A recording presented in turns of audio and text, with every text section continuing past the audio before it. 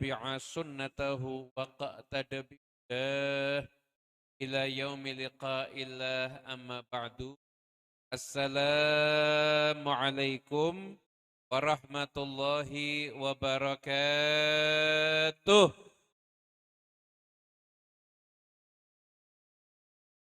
Dihormati yang saya muliakan, inna fillah walillah, Ustaz Ibrahim ta'anallah bitul hayatih, keluarga besar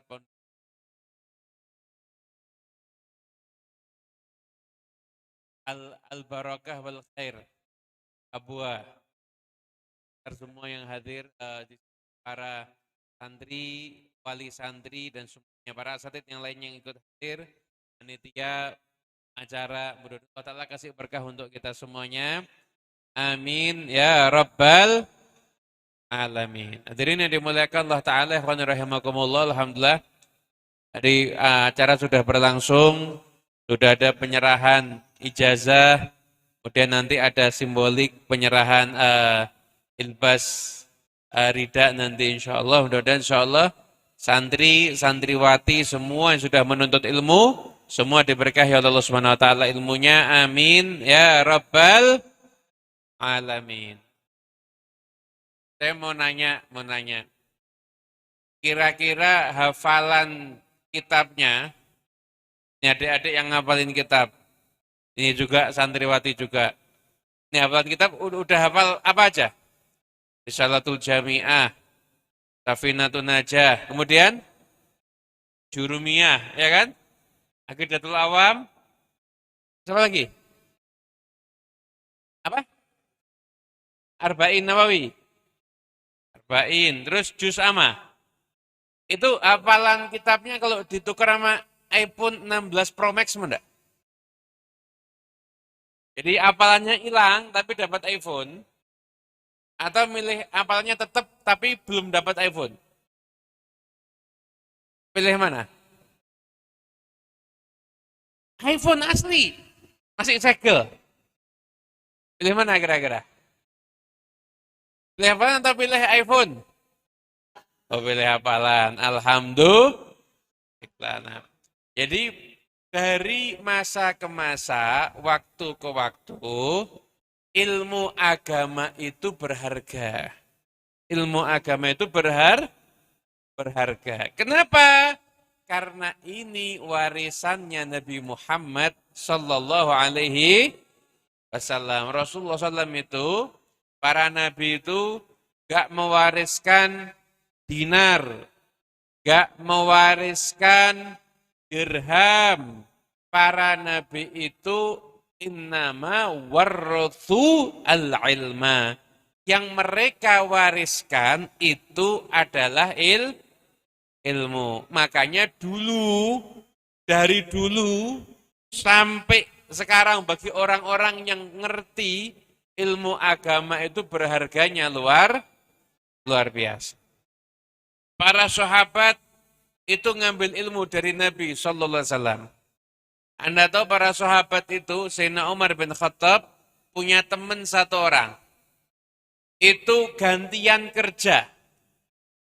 Kalau Sayyidina Umar, saya hari ini kerja. Kamu ikut majlisnya Nabi Muhammad.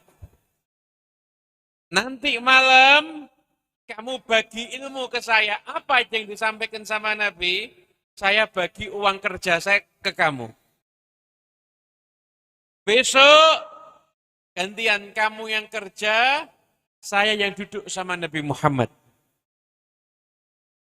Nanti kamu sampaikan nanti yang ikut duduk sama Nabi menyampaikan ke temannya, yang kerja dibagi hasilnya setengahnya. Kira-kira ada enggak orang zaman sekarang berani ngasih setengah gajinya untuk cari ilmu? Ada atau enggak ada? Langka. Tapi di zaman Nabi Sallallahu Alaihi Wasallam, ilmunya Nabi Muhammad itu diperjuangkan sampai seperti itu.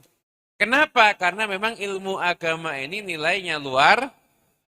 Kemudian sahabat itu ada yang sampai melakukan perjalanan 1 1 bulan perjalanan. 1 bulan perjalanan hanya untuk mencari, mendengarkan hadisnya Rasulullah Sallallahu Alaihi Wasallam. Ini saya bacakan, ini saya mau juga tabarukan nih yang saya baca dari kitab Al-Manhajus Sawi. Ini gurunya Ustaz Ibrahim, ini kitabnya Habib Zain bin Sumit. Ini disebutkan di sini, ya biar tahu nih perjalanannya orang-orang dulu itu seperti apa. Diriwayatkan dari Jabir bin Abdullah Al-Ansari. Annahu rahala masirata syahrin ila Abdullah bin Unas radhiyallahu anhu fi haditsin balaghahu anhu. Jabir bin Abdullah Al-Ansari sahabatnya Nabi Muhammad. Melakukan perjalanan 1 bulan. Perjalanannya aja itu lamanya 1 bulan hanya untuk mendengar berapa hadis? 1 hadis sami'ahu min Rasulillahi sallallahu alaihi wasallam. 1 hadis yang dia dengar dari Rasulullah SAW. Karena beliau tahu itu, kata Jabir, washtaraitu ba'iran. Aku beli unta yang untanya bisa untuk perjalanan jauh. Katakan harga unta yang bisa untuk perjalanan jauh itu, kalau zaman sekarang kurang lebih yang murah-murah harganya 200 juta, sama kayak harga mobil. Jadi beli mobil khusus hanya untuk perjalanan mencari hadis. Berapa hadis? 1. Tadi yang Arba'in Nawawi tadi ya kan? 42 hadis, bayangkan coba. Mau ditukar sama iPhone enggak? Enggak mau ya. Kemudian setelah itu, perjalanan 1 bulan sampai masuk wilayah Syam. Syam itu zaman kalau di sekarang, Palestina, Suriah, Yordan, itu masuk wilayah Syam namanya. Masuk wilayah Syam. Sampai ketika itu, kemudian ngomong sama yang jaga pintu, bilang Jabir di pintu. Dan tanya siapa? Kalau dia ketemu, udah satu saling berpelukan. Kemudian setelah itu, ketika duduk, kata Jabir, beliau mengatakan, hadithun balaghani anka annaka sami'tahu min Rasulillahi sallallahu alaihi wasallam fil qisas. Ada satu hadis yang aku tahu kamu itu mendengar dari Rasulullah SAW dalam urusan kisos. Saya pengen tahu hadisnya apa. Tujuan saya datang cuma pengen tahu hadisnya. Kata Jabir, fakhashitu an tamuta au amuta qabla an asma'ahu.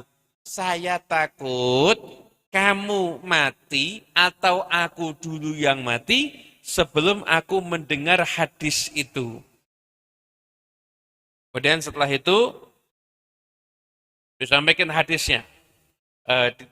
Disampaikan hadisnya oleh Abdullah bin Unas yang tentang nanti manusia itu dikumpulkan di hari kiamat dalam keadaan uratan, ghurlan, buhman. Dalam keadaan telanjang, kemudian dia itu tidak terkhitan, kemudian setelah itu tidak memiliki apa-apa sama sekali. Kemudian setelah itu nanti ada persidangan di akhirat, itu orang-orang nanti yang pernah mukul orang lain akan diminta pertanggungjawaban dan lain sebagainya. Itu hadis yang dicari oleh Jabir, perjalanan 1 bulan hanya untuk mendengarkan 1 hadisnya Rasulullah Sallallahu Alaihi Wasallam.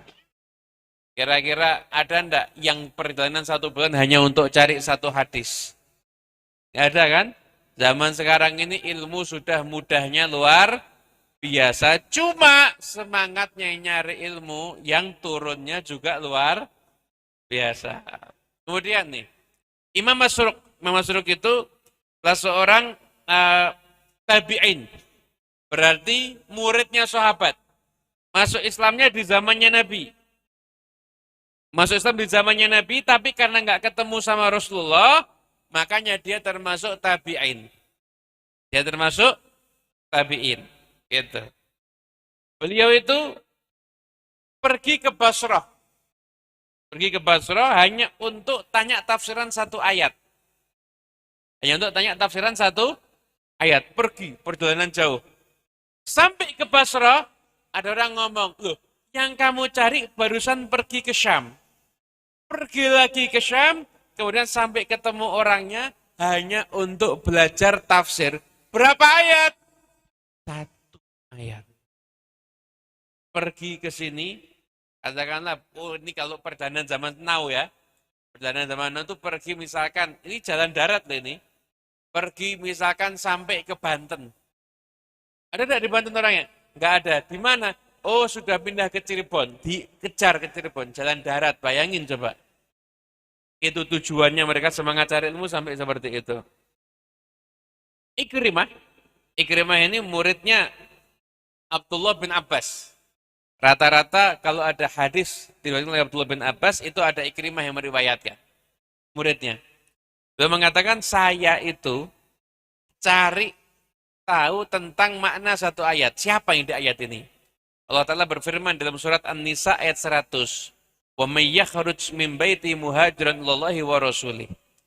Dan orang yang keluar dari rumahnya untuk berhijrah ke jalan Allah Ta'ala dan Rasulnya. Kemudian saya cari tahu siapa orang yang dimaksud di ayat ini. Nyari tahunya berapa lama? 14 tahun.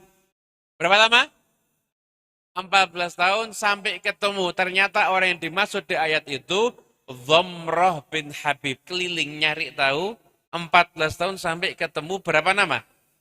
Satu nama aja yang dicari untuk beliau itu mencari ilmu agama. Lah, hadirin yang dimuliakan Allah Ta'ala. Ilmu agama penting apa penting? Penting apa penting? Penting. Ilmu agama berharga atau berharga? Berharga. Harusnya seperti itu. Harusnya seperti itu. Makanya mohon maaf, tanda orang itu punya iman, semua yang berharga di dalam pandangan agama Allah, itu berharga di dalam dirinya. Tapi tandanya orang imannya belum bagus, yang berharga di dalam agama Allah tidak berharga di dalam dirinya. Mohon maaf.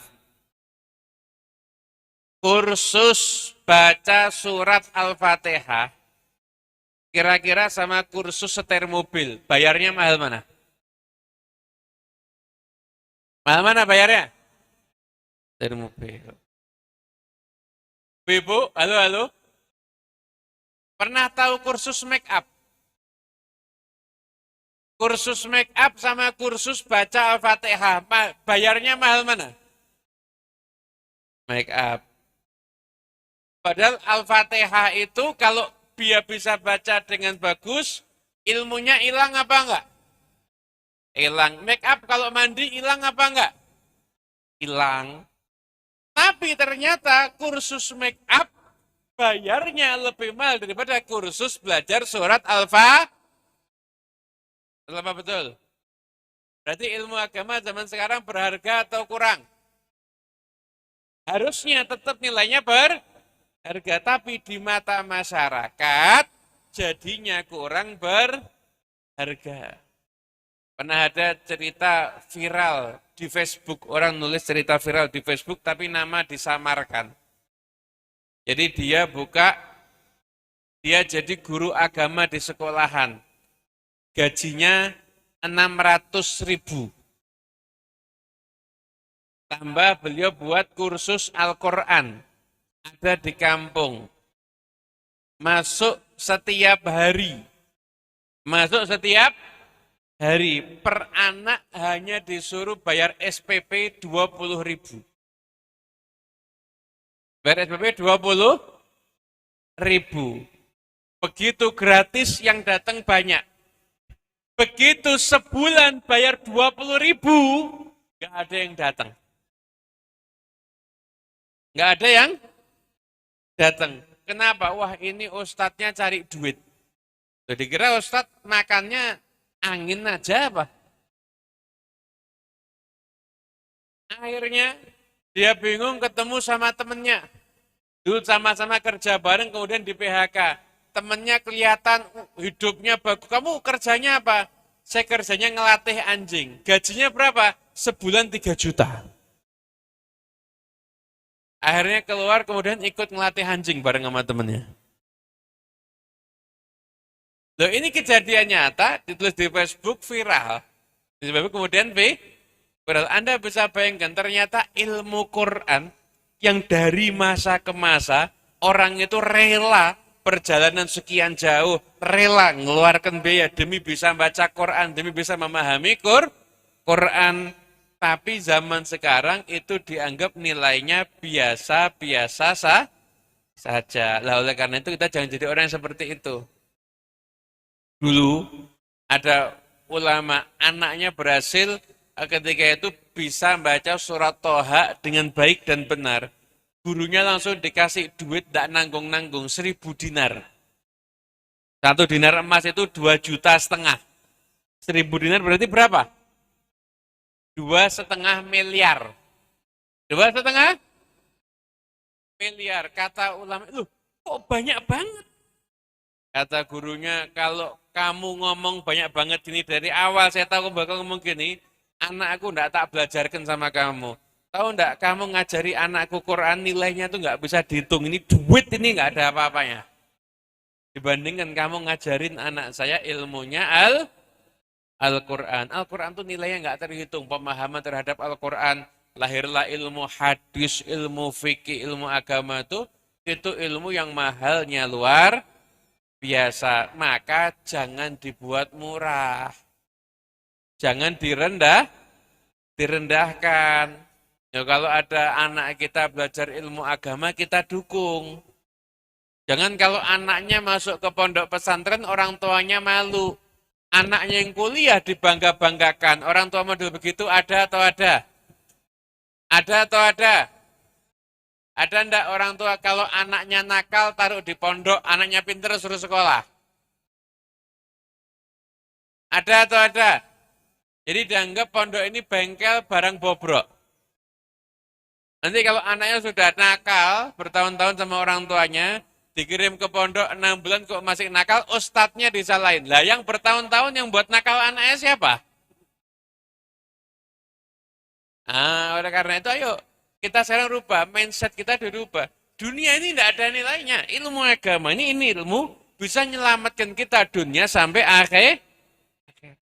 Nih, ada satu hadis, ada satu hadis. Nabi SAW beliau bersabda, "Man salaka tariqan yaltamisu fihi ilman, sahalallahu lahu bihi tariqan ilal jannah." Apa ya? Barang siapa yang menempuh jalan untuk menuntut ilmu. Di situ disebutkan, jalan itu bahasa Arab banyak. Sabil, jalan. Kemudian syari, jalan. Tapi kenapa redaksi hadisnya kok torik? Sedangkan itu kalau ada pintu tertutup, kita kalau menembus ngetuk namanya torokal bab. Torik itu adalah memang gambaran jalan yang di situ ada rintangannya. Jadi nuntut ilmu itu pasti nggak mudah, pasti ada rintangan. Pondok kalau baru dibuka yang daftar banyak. Begitu 3 bulan seleksi alam, hilang satu, nggak betah. Betul apa betul? Ada yang nggak betah, ada yang keluar, ada yang macam-macam. Ini penuh rintangan, dia menempuh jalan menuntut ilmu, padahal jalan itu penuh rintangan. Apa kata Allah? Sahalallahu lahu bihi tariqan ilal jannah, dimudahkan jalannya menuju surga. Surga sama Allah Ta'ala dikasih, apalagi urusan dunia beres. Insya Allah dunianya berkah. Yang jelas syaratnya satu, menempuh jalan untuk menuntut ilmu. Jadi Anda kalau ngajinya beneran, jangan bingung nanti gede mau jadi apa.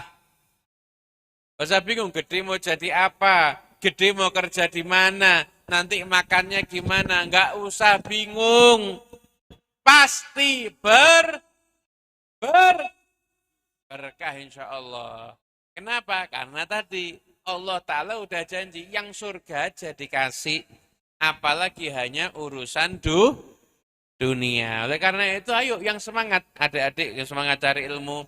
Orang-orang, saya kalau Habib kalau sudah tua masih perlu cari ilmu enggak? Ya perlu dong. Husnul khotimah itu kan pakai ilmu. Orang itu bisa husnul khotimah, pakai ilmu apa enggak? Pakai, itu bukan undian lotre. Husnul khotimah itu bukan dapat lotre, enggak. Kamu jalani hidupmu ngikutin ilmu, nanti kamu insya Allah dapat husnul khotimah. Hadiri matis-matis ilmu. Yang santri fokus belajar, yang lain-lain jamaah, yang wali santri, yang masyarakat sekitar, ayo ikutnya ngaji. Jangan hidupnya terlepas daripada ilmu. Nah, hadirin yang dimuliakan Allah Ta'ala, Rasulullah SAW itu menghargai ilmu luar biasa. Beliau sampaikan ilmu ke sahabat, ke tabiin, terus ke generasi. Bahkan ketika antara sabda Nabi SAW tentang ilmu, Nabi mengatakan apa? Kata Habib Abdullah Al-Haddad dalam kitab Nasihat Diniyahnya, kata beliau, jika tidak pernah ada hadis apapun tentang keutamaan ilmu, kecuali hanya satu hadis ini udah cukup. Tapi sekian banyak hadis tentang keutamaan ilmu, banyaknya luar biasa. Apa? Satu hadis saja. Potongan pendek hadis. Ini nunjukin keutamaan ilmu yang luar biasa. Kata Nabi, ilmu itu disifatkan sama Nabi, yulhamuhus su'ada wa yuhramuhul ashqiya. Ilmu itu diberikan kepada orang-orang yang su'ada, orang-orang yang beruntung. Dan ilmu diharamkan dari ashqiya, orang-orang yang celaka. Tuh ada orang punya ilmu tapi celaka. Kalau punya ilmu tapi celaka, yang dia punya bukan ilmu, informasi agama. Ilmu itu tekstual atau ucapan dari para alim, para masyayikh yang terinstal di hati kita, kemudian kita amalkan. Itu namanya ilmu. Kalau share-sharean di WA itu namanya informasi.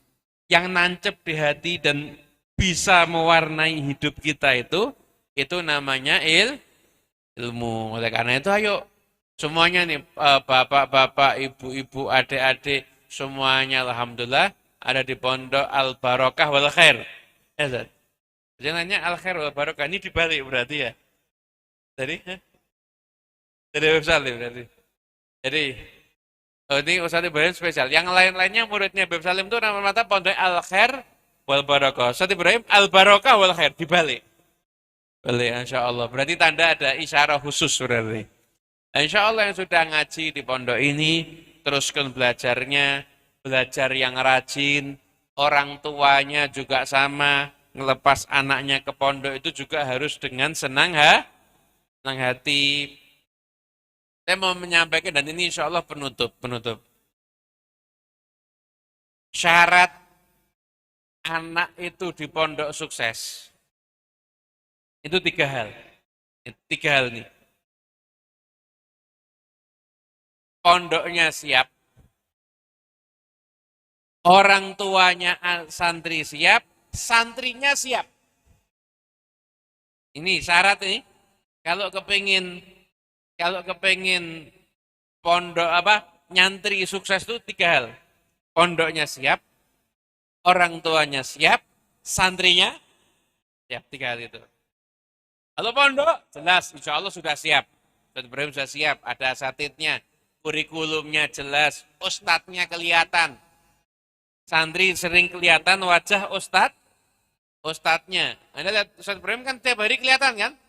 Masa lihatnya 3 minggu sekali? Kan tidak mungkin ada terus. Pondoknya siap. Yang kedua, orang tuanya juga harus siap. Jangan dikit-dikit anaknya dijemput. Kenapa? Kondangan. Ayo, ada atau ada? Ustadz izin sepupunya menikah. 2 minggu lagi, Ustadz izin sepupunya menikah. Ustadz izin sepupunya punya adik, adiknya punya saudara, saudaranya punya ipar, iparnya punya tetangga, lah saudaranya tetangganya itu menikah. Ya nggak belajar anaknya. Kalau dikit-dikit dijemput. Biarin anaknya belajar.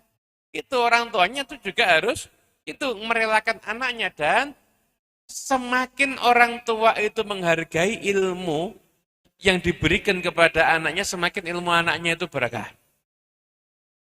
Dulu ada seorang ulama dari mazhabnya Imam Abu Hanifah, ditanya, kamu ini kok berkah ilmunya, muridmu banyak, sebabnya apa? Kata orang tadi, saya ini sebenarnya bukan karena apa-apa, karena bapak saya kaya. Loh, yang lainnya bapaknya kaya tapi nggak seperti kamu. Iya, bapak saya itu hobinya itu menjamu santri. Kenapa? Karena ingat sama anaknya, anakku nyantri, saya menjamu santri. Tiap biar anaknya ilmunya berkah. Orang zaman sekarang saya tuh bingung, kadang-kadang pengajian di acara-acara apa haflatul ilmi dan sebagainya, itu SPP itu cuma 30.000, 50.000, yang nggak bayar banyak. Betul apa betul? Makanya Anda hargai ilmu yang sudah putra Anda terima di pondok ini, Anda hargai, jangan lupa tempat di mana anak Anda belajar untuk menuntut ilmu. Sama kalau rezekinya lagi banyak, lihat ini Ustaz Ibrahim nih, ada patok-patok mau bangun ini berarti. Insya Allah ya, mau bangun. Ya, tidak usah pakai ustadznya minta, yang pengertian.